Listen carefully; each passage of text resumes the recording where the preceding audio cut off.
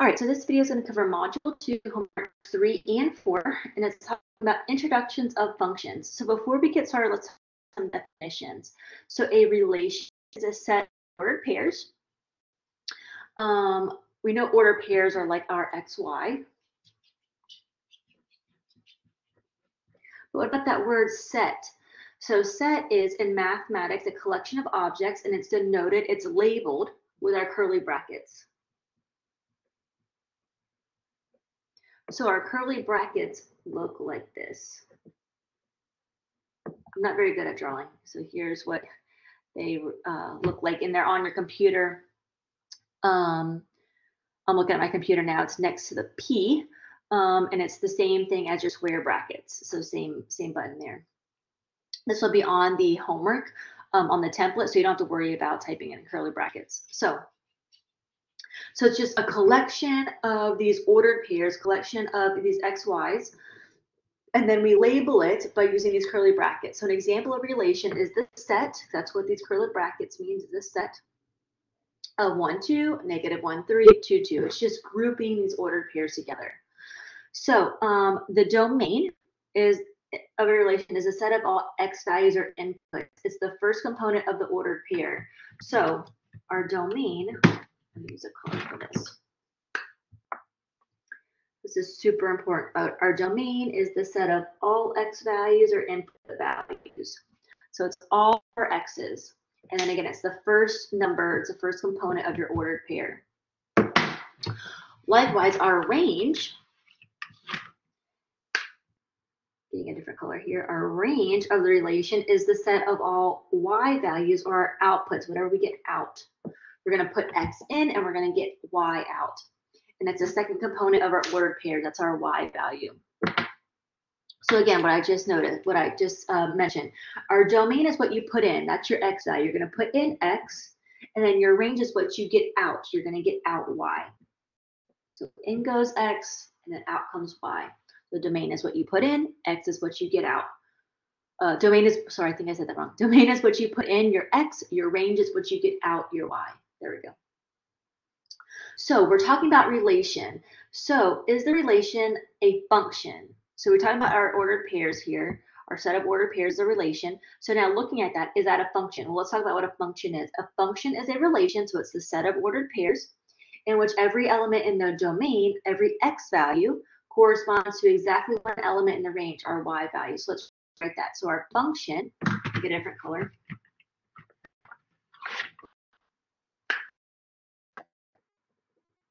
And is a relation in which every element in the domain, so every x, corresponds to exactly one. That exactly one's important. Not more than one, not less than one, exactly one element in the range. That's our y value. So every x has exactly one y. So let me rewrite that. Every x has exactly one y.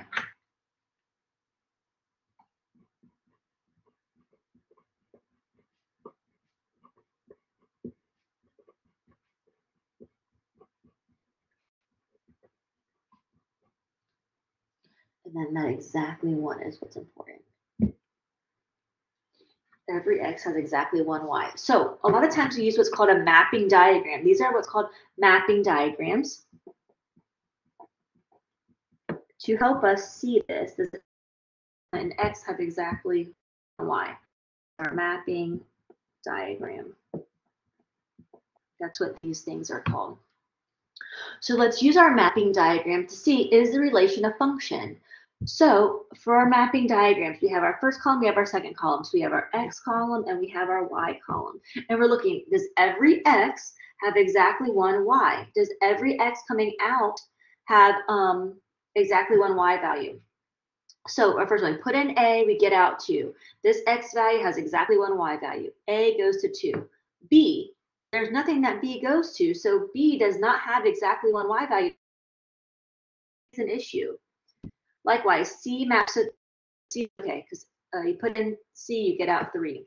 So is this a function? No, it's not a function because B doesn't have a y value. So no,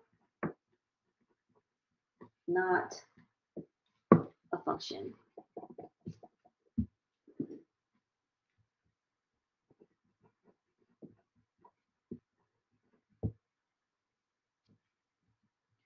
No, not a function because B has no y value.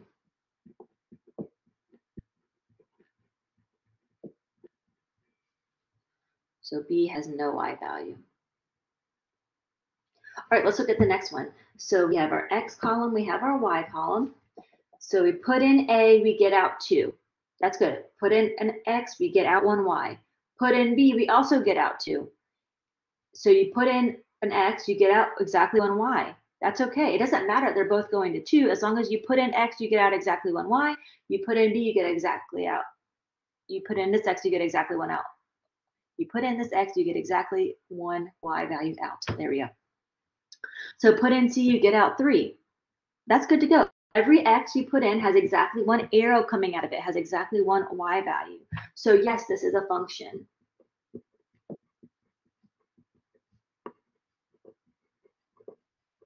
Again, every X element has exactly 1 Y element.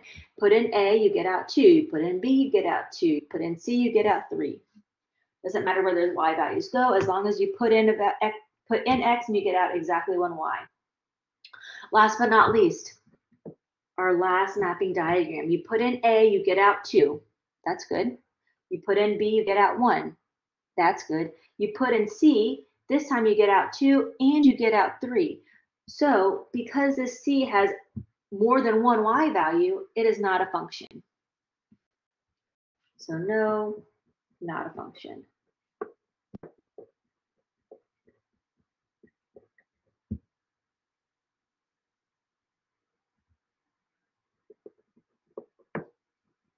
Because there's more than 1 Y. C has more than 1 Y value. All right, let's look at some more examples. So these were kind of nice because they gave you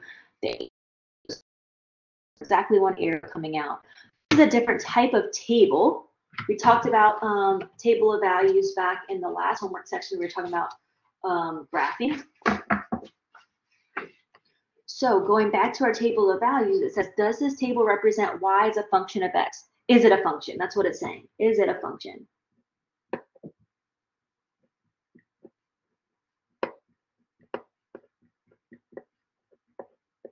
In other words, does every x have exactly 1 y? So again, these are the table of values, just like we did in Module 2, Homework 1, I believe. So about going back, graphing using a table of values. So let's see, does every x have exactly 1 y? So you put in 2, you get out 3. Okay, that's good. So just like if you want to draw an arrow here, put in 1, you get out 2. That's good. Put in 3, you get out 4. Put in 8, you get out 9. That's good. Everything looks fine. Every x value has exactly 1. Good to go. So yes, it is a function.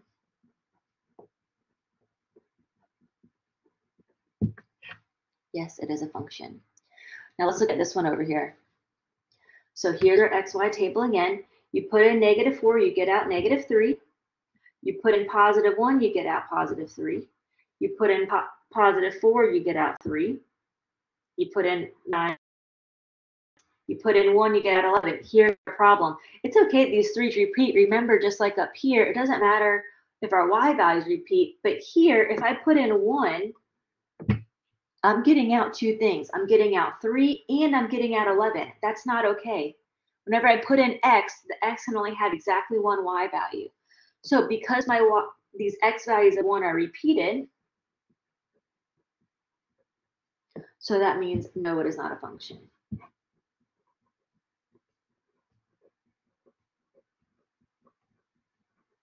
No, it is not a function. All right, so that's looking at it using a table. On the next page, let's look at it a different way. So we have what's called the vertical line test. So this is going to be looking at it graphically. So it says if a vertical line intersects the graph more than once, then it is not a function.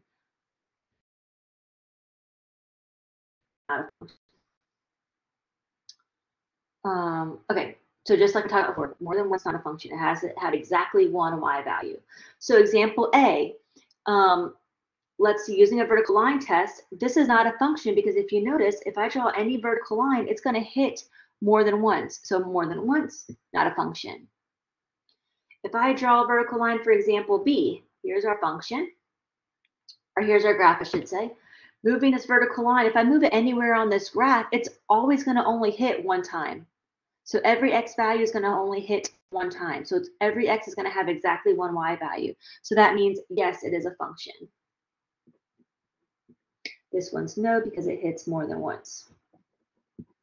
Not a function. Example C, a circle. So if I draw any vertical line like this one, for example, it hits more than once. So because it hits more than once, not a function. Last but not least, example D, I have this little curvy shape. If I draw any vertical line, let's say right here, it hits my graph more than once. Because it hits more than once, that x value has more than one value. So it is not a function. So not a function. So like, let's say this x value is 1. If I plug in 1, I'm going to get all these 3 different y values out. So it's not going to be a function. All right, great. So that's using the vertical line test. We'll come back to that in a second. Let's talk about going back to domain and range. And we're going to use this a lot in this section and or in this course and in our next courses in the future. So it says find the domain and range of the relation -2, 6, -2, 5, -2, 4, -2, 3, then determine whether the relation is a function. So we're just adding on that next step. So is it a function? And then we have that one more step, finding domain and range. Remember, our domain is our x values and our range is our y values. The relation is just this set of ordered pairs, just this group of ordered pairs. So our domain is our x values of ordered pairs. So if I have -2, 6, I have xy. So x is -2, y is +6. Our range is y. Next we have -2, 5. So x is -2, y is +5.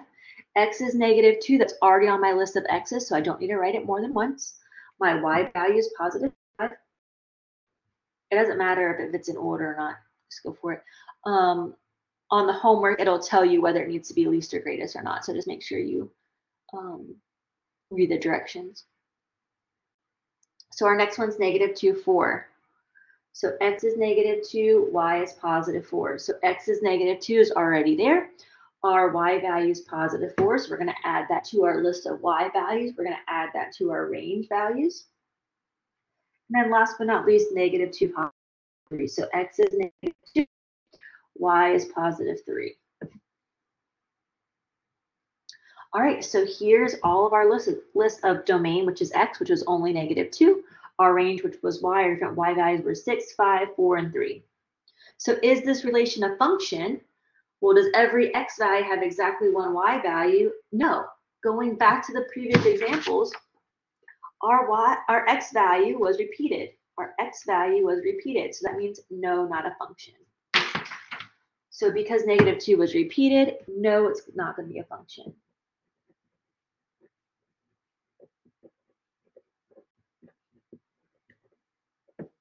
So because our x value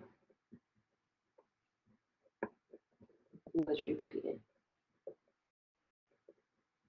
Just for our note's sake, I was using some shorthand, so that means because our x value was repeated. All right, so find the domain and range of the relation -7, 5, -6, 4, -5, 3, -4, 2. Then determine whether the relation is a function. So same exact thing, new example. So we're going to find our domain, which is our x, and our range, which is y. Remember, I said before that our x, y is in alphabetical order, our ordered pairs. X comes before y in alphabet, x comes before y in our ordered pairs. Same thing, domain comes before range in alphabetical order. So it kind of keeps it nice. Everything is domain is our first value, which is our x value. So -7, 5. So x is -7. Our range, which is y, is 5. -6, 4. So our x, which is our domain, is -6. Our range, which is our y value, is +4. Our x, which is -5, is our domain. Our y, which is +3, is our range. And last but -4, 2. So our x value, our domain is -4. Our range, our y value is +2. So our list of x values are -7, -6, -5, -4. Those are all of our domains. And our range is 5, 4, 3, 2. This is all of our y values. So is the relation a function? Yes, every x value has exactly one y value. No x values are repeated, so we're good to go. So yes, it is a function.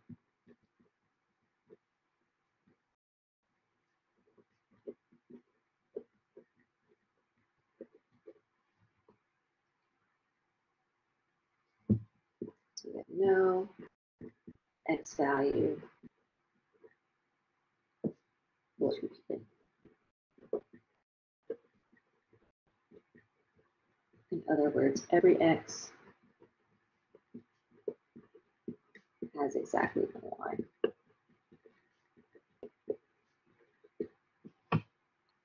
Perfect. All right, so let's take this whole concept and let's add on to it.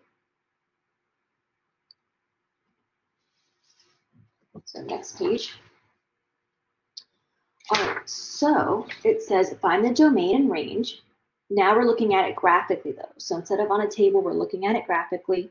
Our domain and range, and then write our answer in interval notation.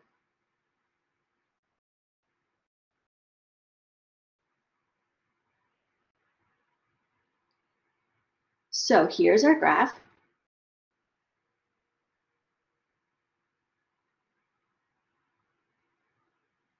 And then let's look at the domain, which is our x values, and our range, which is our y values.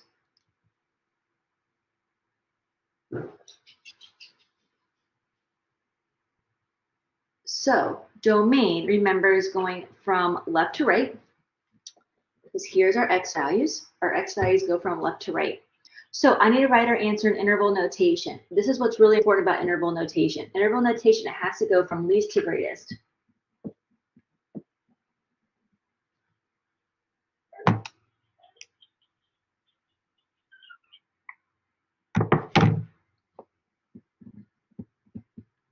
So from least to greatest. Sorry, my daughter was waking up in the background, so I was trying to turn my monitor off and make sure that my husband, my daughter. All right, so write your answer in interval notation. So from least to greatest. So our x values, so I want to list all of our x values for our domain. X values go from left to right, and I want these x values to be from least to greatest. So I want to look at where's my graph going for my x values. So let me use a color here. So our x values, our smallest x value, the left side of our graph, starts right here at -3.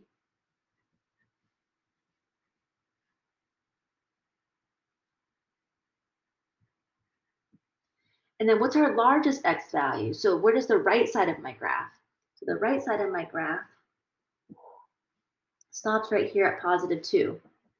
So notice my entire graph is in between the x values, because x values go left and right, of -3 and +2. So that's going to be our domain. So remember, interval notation, going back to, what is that, module 1, homework 2 of interval notation.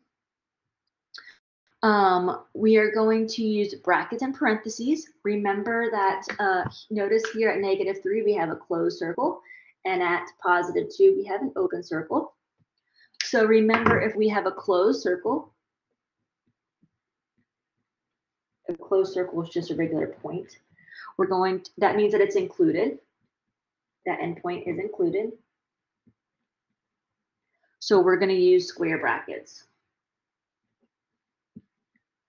And then if we have an open circle, that means the endpoint is not included.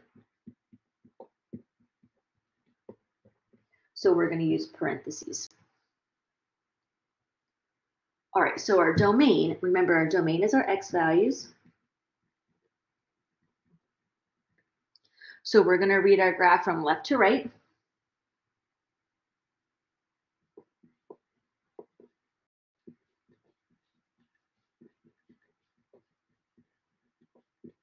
So the left side of our graph, our smallest x value is at -3. At -3, it was a closed circle. So at -3, I need to use a square bracket to show that that endpoint is included. So square bracket at -3. So we're going from -3, and then what's the other side of our graph? The largest x value is this +2. At +2, it's an open circle, so I need to use a parenthesis to show that it's not included. So +2 with a parenthesis. Boom, there is our domain from -3, including -3, so square bracket, to +2, not including +2, so parenthesis. So that's our domain. Same thing for our range. This time our range is our y values. Our y-axis, our y values go up and down. So here's our y values, y-axis. So up and down. So I need to go from least to greatest again. So down here is my small y values, up here is my large y values. So instead of going from left to right, we're going to go from bottom to top. So we've got our bottom of our graph to the top of our graph. So the bottom of our graph to the top of our graph. All right, let me use a different color, so hopefully it'll be different on your notes video. So our bottom y value, the bottom of our graph starts right here at -5. And the top of our graph ends up here at +4. So everything in our graph is in between these two values. So y value wise. So here is our range. Here's our range. So everything is located inside this little box. So our smallest y value are -5. At -5, it's a closed circle. So closed circle means a square bracket. The top of our graph is at +4. Notice there's not a legit open or closed circle here, but this is a point. These are all just a bunch of points that go together to make a line. So this point is going to be a closed circle. The only time it's an open circle is going to be like legit and open, like they're going to plot an open circle.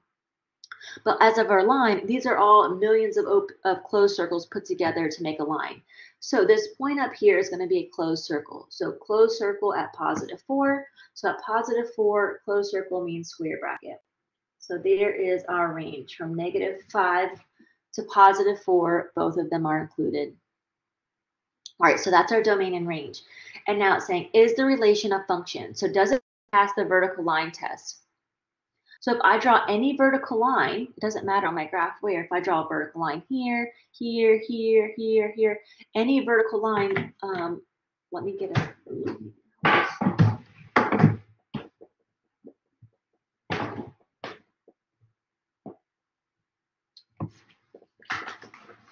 so if I draw any vertical line, let's use my ruler to represent a vertical line. So any vertical line, it's only going to hit my graph one time. So because it only hits my graph one time, that means it passes the vertical line test. So that means, yes, it is a function. So let me write all that down.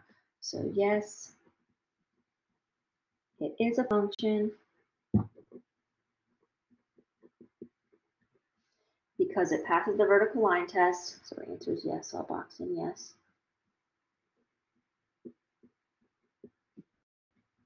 Because it passes the vertical line test.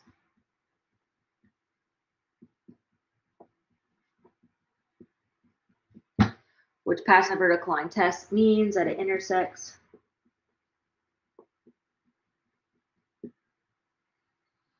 any vertical line only once.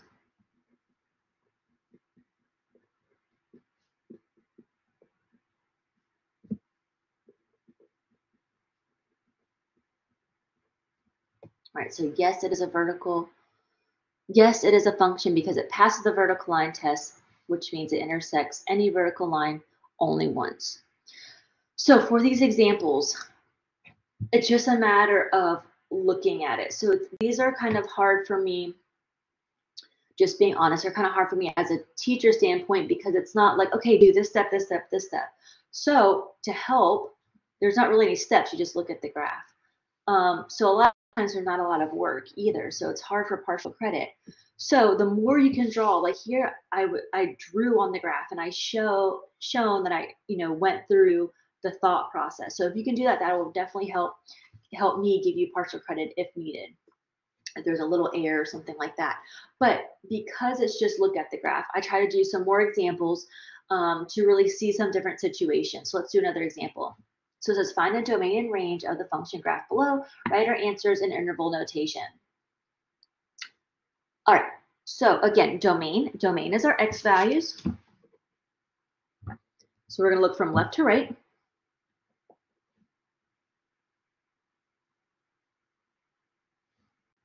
So domain is x, so we're going to look from left to right.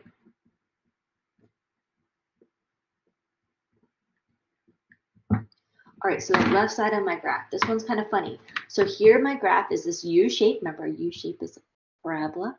We don't really need to know that, but just for bonus points, we'll need to know that next semester in college algebra. So here's our U shape. Notice our graph is going to go up and off the graph. So that means it's going to continue going in that direction forever.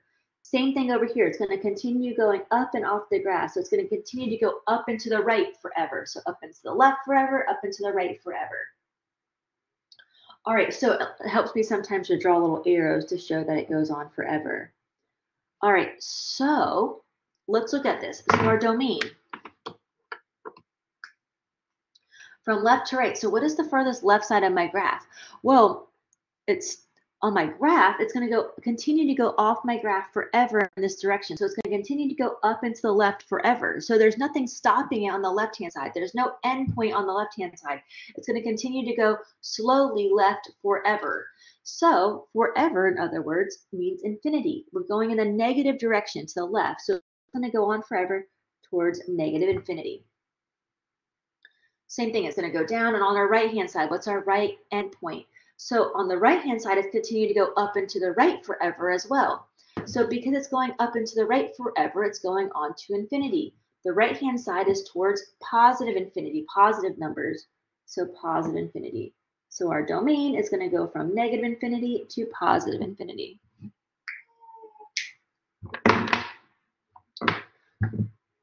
Remember, for infinities are never included. So that means if it's not included, we have to use our parentheses. So parentheses at negative infinity, parentheses at positive infinity. Write that as a little note. Always use parentheses for positive infinity or negative infinity. By the way, this is negative infinity because we're going on forever in negative direction. Negative 1, 2, 3, 4, 5, negative 6, negative 7, negative 8. These are all negative numbers, so it's going on forever in a negative direction for our x values. Same thing over here, it's just going on forever in the positive direction, so that's positive infinity. So our x values go from left to right. It's going to go on forever to the left, so negative infinity, on forever to the right, positive infinity. So same thing for our y values. Our y values are our range. Our range, we're going to look at the bottom of our graph to the top of our graph. Because we're looking at our y values go up and down. We want to go from least to greatest. So the bottom of our graph, I notice the bottom of our graph starts right here at -3. So at -3. At -3, there's a point there. So a point is a closed circle. Closed circle means that it's included. So that means we're going to use our square brackets. So square bracket at -3. And the top of our graph is going to go up and continue to go up forever in the positive direction. So that means it's going to go on forever towards positive infinity. So our range goes from -3 to positive infinity. Again, we can never reach infinity, so infinity is not included. So we're always going to use parentheses for infinity. So there we go. There's our domain and range. And then is the relation a function? Let's look at our vertical line test. If I were to draw a vertical line anywhere on the graph, does it hit the graph more than once? No, it only hits the graph one time. So that means it passes the vertical line test. So that means, yes, it is a function. So yes, it is a function because it passes the vertical line test.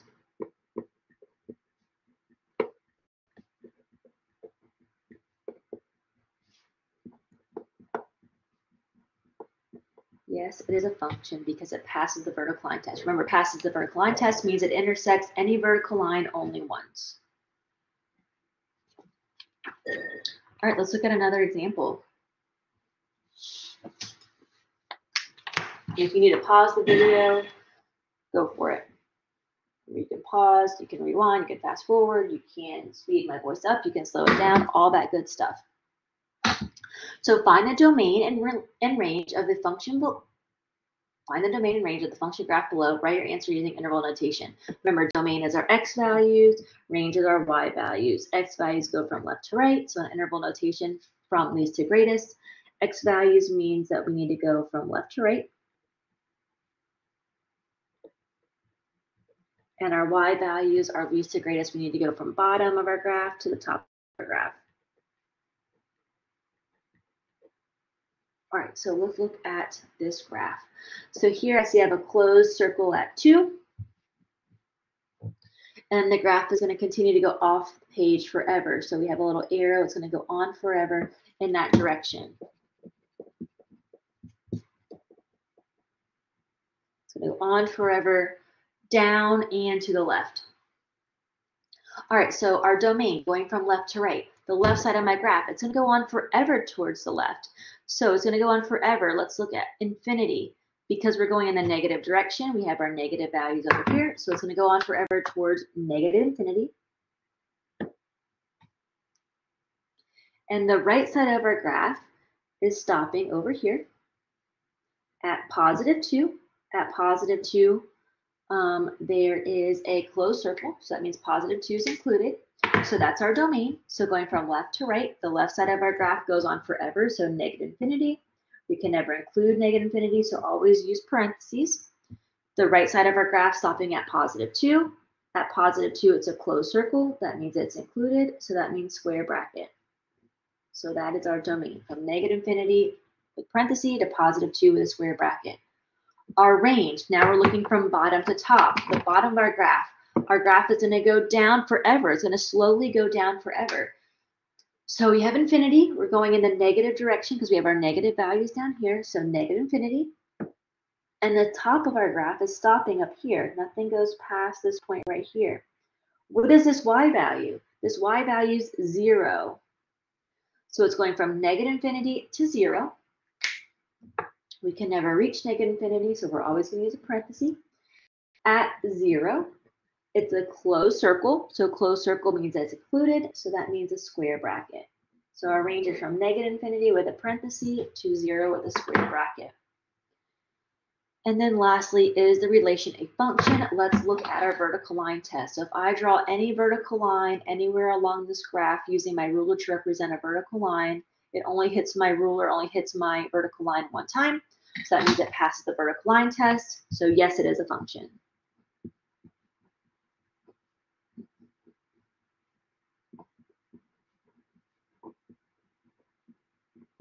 Yes, it is a function because it passes the vertical line test.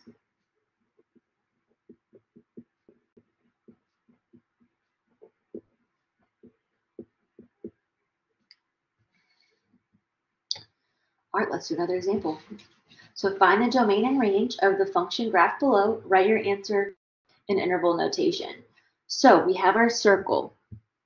We're looking for our domain, which is our x values. Our x values go from left to right, so going from least to greatest. We're going to look at our smallest x values to our largest x values, so going from left to right. The left side of my graph stops right here. There's nothing past negative 5. So our domain starts at negative 5. And then the other side of our graph, the right side of our graph, nothing goes past positive 1. So our domain is from negative 5 to positive 1. Here, these are all points. So at negative 5, there's a point, so it's a closed circle. At positive 1, there's a point, so it's a closed circle. So we're going to use brackets for both of those. Now, I did have someone who was very serious, but it was kind of funny, say, well, the whole graph's an open circle. Yes, touche, you're right. The whole graph's an open circle, but I'm just looking at what happens at -5.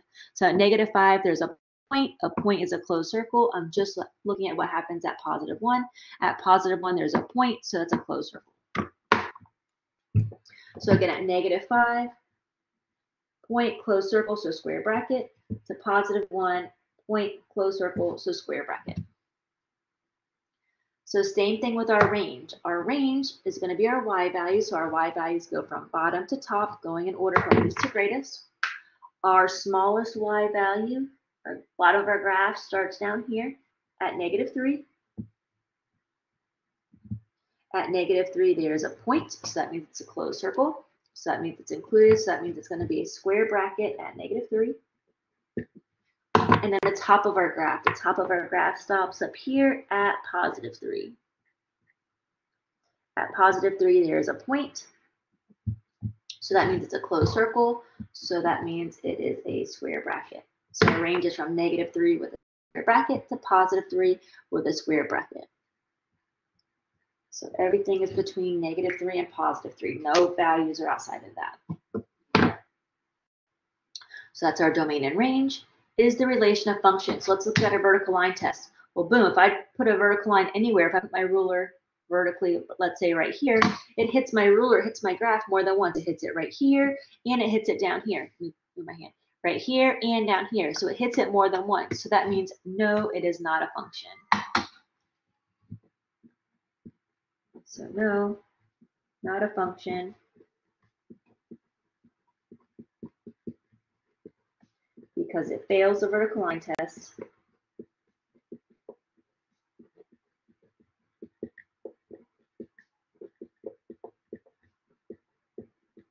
Meaning the graph intersects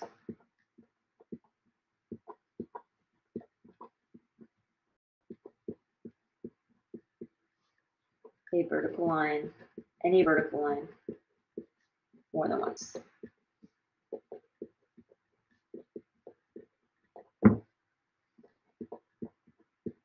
So the graph intersects vertical line more than once, so that means no, it is not a function. You can draw any vertical line that'll intersect more than once. All right, let's keep rolling.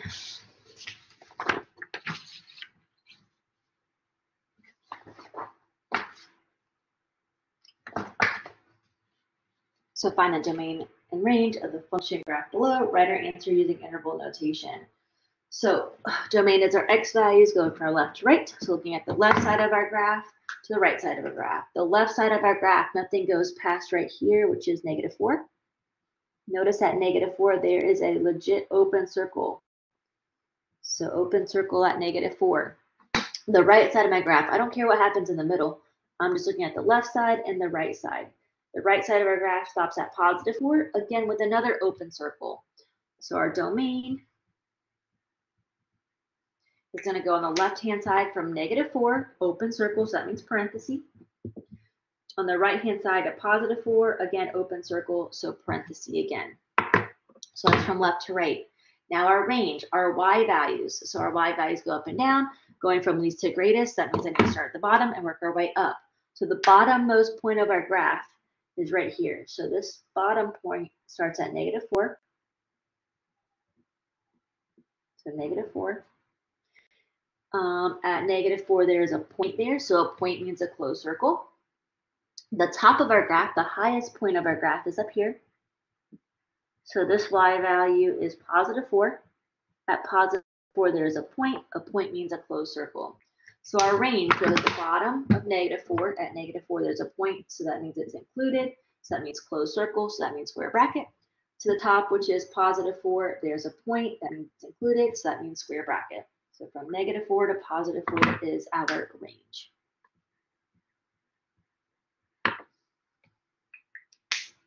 Lastly is the relation of functions. So if I use my ruler to represent any vertical line, if I draw any vertical line going through my graph, it only hits one time. I make sure that we're good through the whole graph. It's only hitting one time, so we're good so far. Only one time, so yep, we're good. So yes, the relation is a function.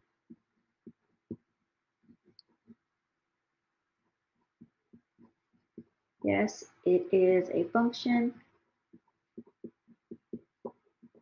because it passes the vertical line test. On the homework, on the quiz, on the review, on the test, it'll all just say yes or no. I'm just putting these notes just so that way whenever you go look at your homework, you remember why we said yes, because it passes the vertical line test. So I'm just writing this out for our note's sake. All right, let's do another one. So find the domain and range of the function below, write our answer in interval notation, and then is the relation a function. Okay, so our domain, going from left to right, the left side of our graph starts right here, nothing goes past this. So starts at +2. At +2, there's a point. A point means a closed circle. So that means +2 is included. So we have a square bracket at +2. The right side of our graph, the graph is going on forever to the right. So it's nothing stopping it. There's no end point. So it's going on forever towards infinity. These are positive, the positive side. So it's going towards positive infinity. By the way, let me just talk about this for 1 second. I get a lot of questions about this. So here's our graph in general. Here's our x values, here's our y values. So this is going to go in the positive direction. So this is positive infinity. This is in the negative direction. So over here is negative infinity. On the top on our y value, this is positive y value. So it's going to go to positive infinity. On the bottom is our negative value. So this is going to go down towards negative infinity. And you can see on your value, like here, these are positive values. So it's going towards positive infinity. These are negative values. So this would be negative infinity. These are positive values. This would be positive infinity. These are negative values, so negative infinity. All right, so our graph is going from 2 with this closed circle, so square bracket, and it's going on forever to the right towards positive infinity. We can never reach positive infinity, so we always include or always use a parenthesis for that. Now our range from bottom to top, the bottom of our graph is going to go down forever. So because it's going down forever, there's no end point. It's going towards our infinity. So down here is negative infinity. Same thing on the top. Top of our graph is going to go up forever. So nothing's stopping it. So the graph is going to go on forever towards positive infinity. Writing our answer in interval notation, which means from least to greatest. The bottom of our graph is at negative infinity. So with a parenthesis, top of our graph, positive infinity with a parenthesis. Always use parentheses for those because we can never reach infinity, so that means infinity can never be included. So lastly, is the relation a function? If I draw a vertical line anywhere, let's say right here, it hits my graph more than once. It hits it up here and down here. It hits it more than once. So that means no, it is not a function. So our answer is no, not a function.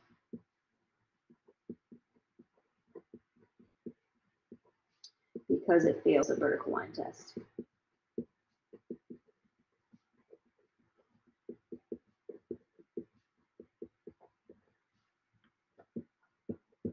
And then you can go back at our previous example that was no and say it failed the vertical line test because the graph intersects a vertical line more than once.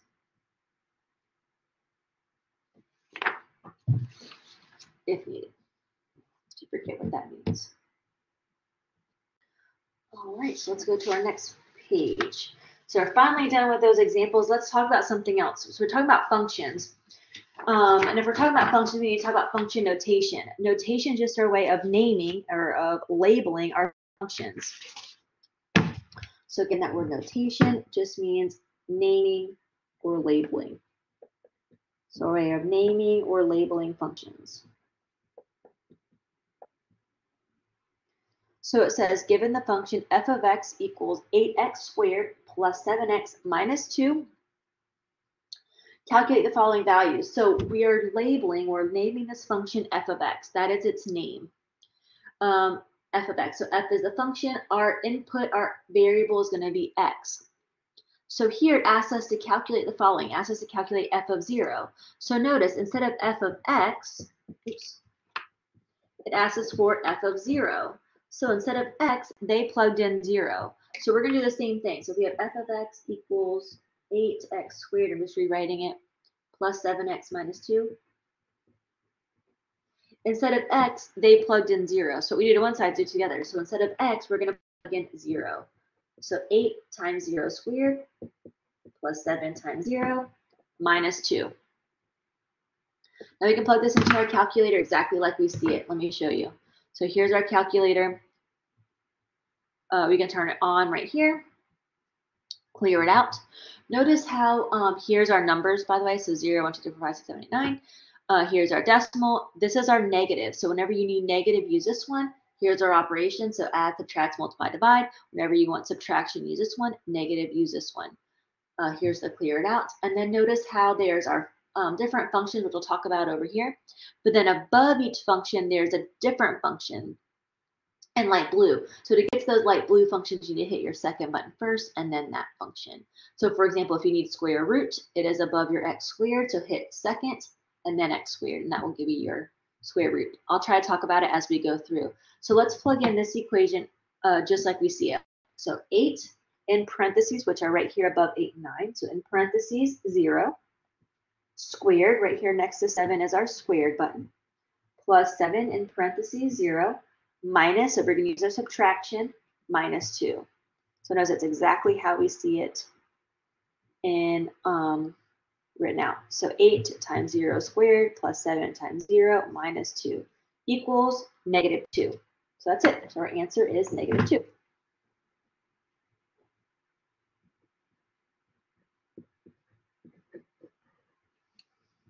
All right, so next, f of negative 2. So instead of f of x, they plugged in negative 2 for x. So what you do is one side, we're going to do it together. So we're going to have 8x squared plus 7x minus 2. I always like to write out the equation and then write the new one right underneath it. So that way it's less room for error.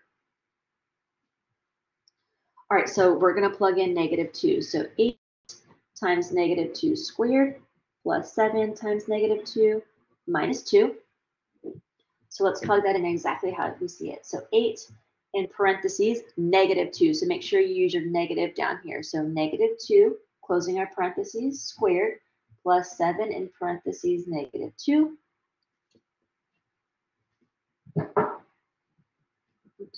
And then minus, so use your subtraction. So minus 2 equals 16.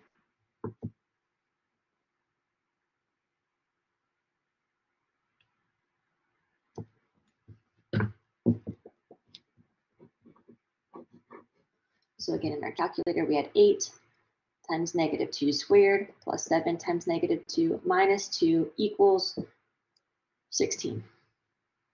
Let's do another one. Given the function, so we have a new function, a new f of x, 8 times the absolute value of x minus 8. Calculate the following values. F of 0. Okay, so instead of f of x, let me write f of x down here so I have more room. Instead of x, they plugged in 0. So we're going to do the same thing. We have 8 times the absolute value of x minus 8 equals 8 times the absolute value of x, which is 0. We're going to plug in 0. So 0 minus 8. So for this one, it's easier just to do it a little bit by hand. So you have 8 times the absolute value. Let's do whatever's inside the absolute value first, because absolute value is going to act like parentheses. So 0 minus 8 would give us negative 8. I have 8 times the absolute value of 8. Remember the absolute value of 8 times the absolute value of negative 8. Remember, whatever's inside the absolute value become positive. We talked about this before.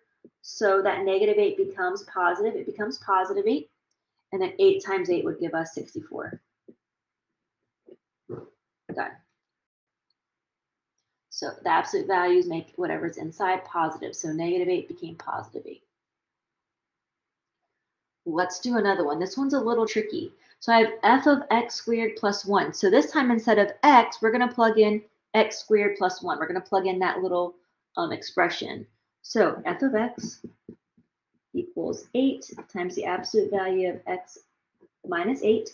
So instead of x, we're going to plug in x squared plus 1. Color to help us out here. So instead of x, we're going to plug in x squared plus 1. So I have 8 times the absolute value. Instead of x, we're going to plug in x squared plus 1. minus 8.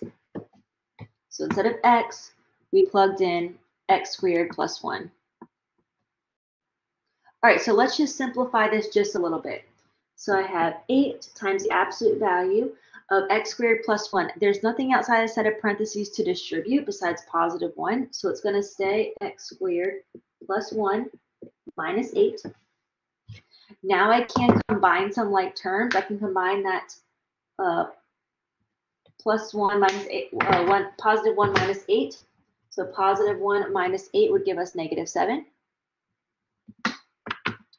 So we have 8 times the absolute value of x squared minus 7. And that is our answer. We can't do anything further, so just leave it just like that. I combine our like terms, can't do anything else, so just leave it. All right, so we evaluated functions given arithmetically, like using plugging in a value, using the equation. So now let's do it using the graph. So same thing. So this is the plot below represents the function f of x. This time we want to evaluate f of 4. So now we're going to evaluate the function using our graph.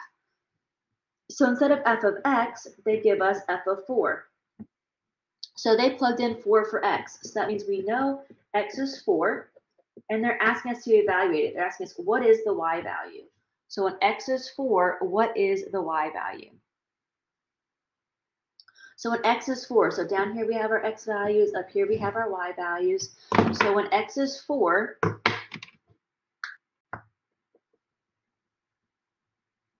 here's our point. This point will give us what y value? Positive 3. So when x is 4, y is 3. So when x is 4, here's our x value, our y value is 3. All right, so same thing for the next one. It says f of x equals 4. This time, instead of, they don't give us an x, they give us our y value. By the way, f of x equals y. F of x is the same thing as saying y.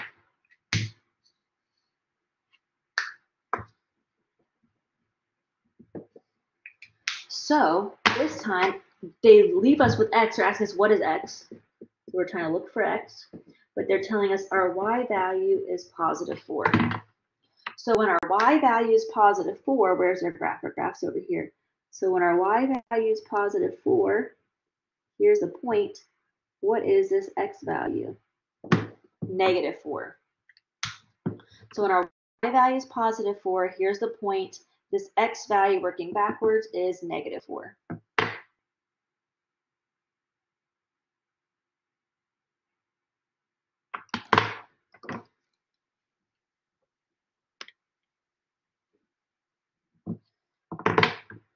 So when our y value is positive 4, x value is negative 4.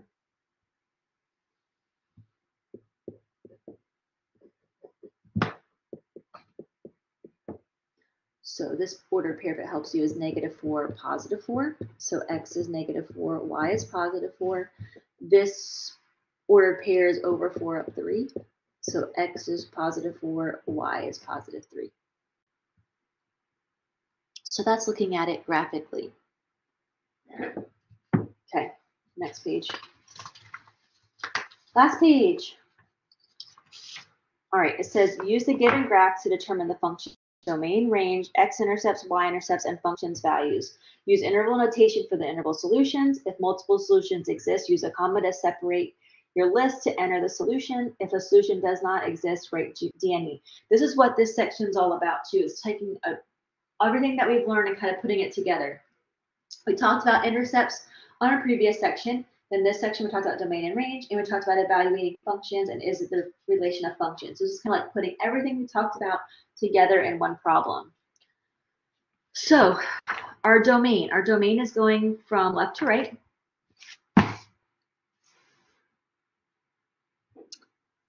So our domain is our x values. Our x values go from left to right. So the left side of our graph starts over here at -2.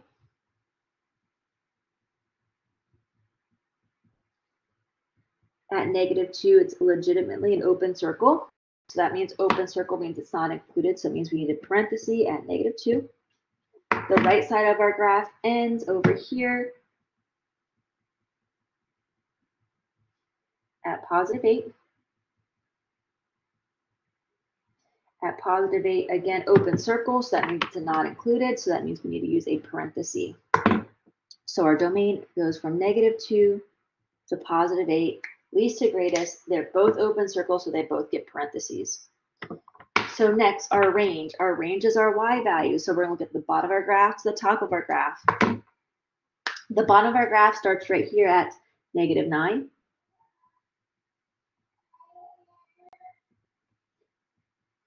The top of our, let me go and write that. So -9, open circle, so that means parenthesis. The top of our graph, excuse me. Excuse me. Oops. The top of our graph stops up here at +1. At +1, it's an open circle again, so open circle means parenthesis.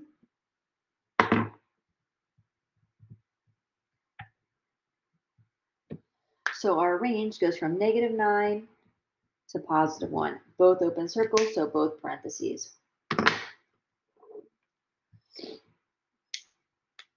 All right, so our x-intercepts, remember for our x-intercepts, our y value is 0, is where it crosses the x-axis.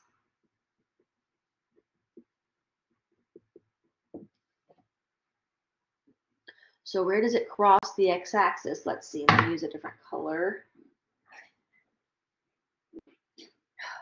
Where does it cross the x-axis? It crosses our x-axis right here at -1. So at -1, this is our x-intercept.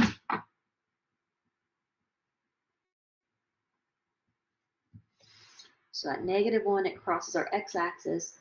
So at -1 is our x-intercept. Usually it'll just tell you once the value, like -1.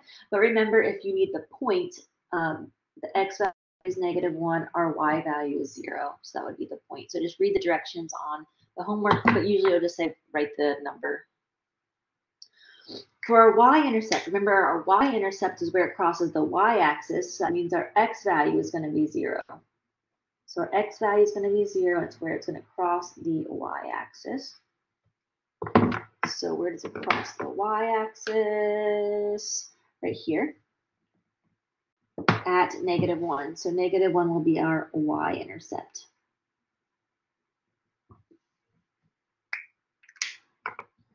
So our y-intercept is also -1. If you need the ordered pair, this ordered pair is over 0, down -1. So 0, -1. But again, the y-intercept should just be the number -1. All right, last two, it gives us f of 0. No, it doesn't. I was looking at the 0. Sorry, f of 4. So instead of f of x, they give us f of 4. So it's telling us our x value is 4. What is our y value? Let me use a different color. What color have I not used yet? Let's do purple. So when x is 4, so here x is 4. Where's my point? My point's down here. So when x is 4, what's this y value? -5. So when x is 4, what's that y value? -5. So this is the ordered pair over 4, down -5. So x is 4, y is -5. So our y value is -5.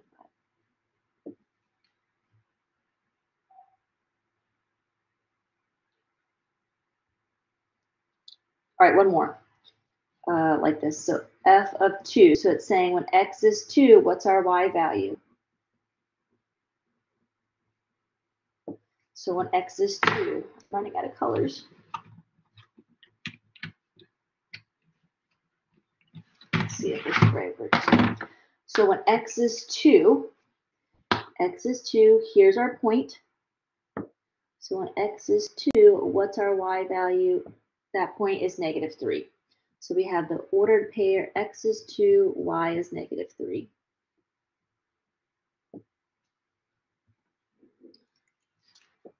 So our y value is -3.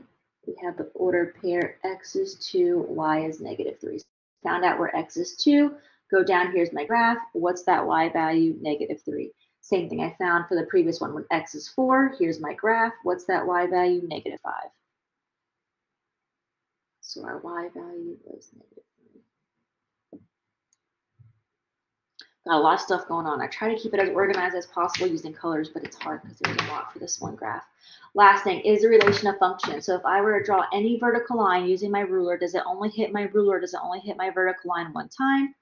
Yes, so we're good to go. Yes, it is a function. It passes the vertical line test.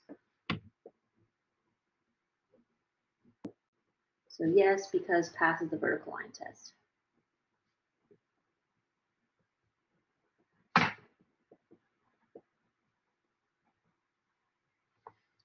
All right, so let's do last few examples. So let's see, it says the amount of garbage, which is G in tons per week produced by a city with a population P measured in thousands of people is given by G equals F of P. Let me focus it so it'll be a little better. It's a little blurry. There we go, that looks a lot better. So if you need to see this more clearly, you need to pause it, go ahead. All right, so that looks better. All right, so so G is the amount of garbage, and then P is the population. So here's our function. The amount of population tells us the amount of garbage. So the town of Tola has a population of 45,000 and produces 11 tons of garbage each week. Express this information in terms of the function f. Write your answer as an equation involving the function f. All right, so it tells us G equals f of p. It's just like f of x, but instead of x, they use p for population. P is our population, G is garbage. So it tells us the population. So our P value is 45,000, produces 11 tons of garbage. So our G value, our garbage value is 11. So they tell us, let's go back where they tell us, G equals F of P. They tell us the garbage is 11 tons equals F of our population is 45,000. Let me not use commas. So 45,000. And that's it. I can't go anything further, so just leave it just like this. So our garbage was 11,000. I'm sorry, our garbage was 11 tons. And our population was 45,000. That's all we can do. So just leave it just like that. So this is garbage. There we go. Garbage and population. We just plugged it in, and that's it. All we had to do. So 11 equals F of 45,000. So last example, suppose you have a $150 gift card for gas. You spend on average $16 per week for gas. Part A says write a function to model the situation where W is the number of weeks and G of W is the value in dollars remaining on the card. So G of W is the value remaining on the card. So that's our value. I have $150 starting off. So I have 150.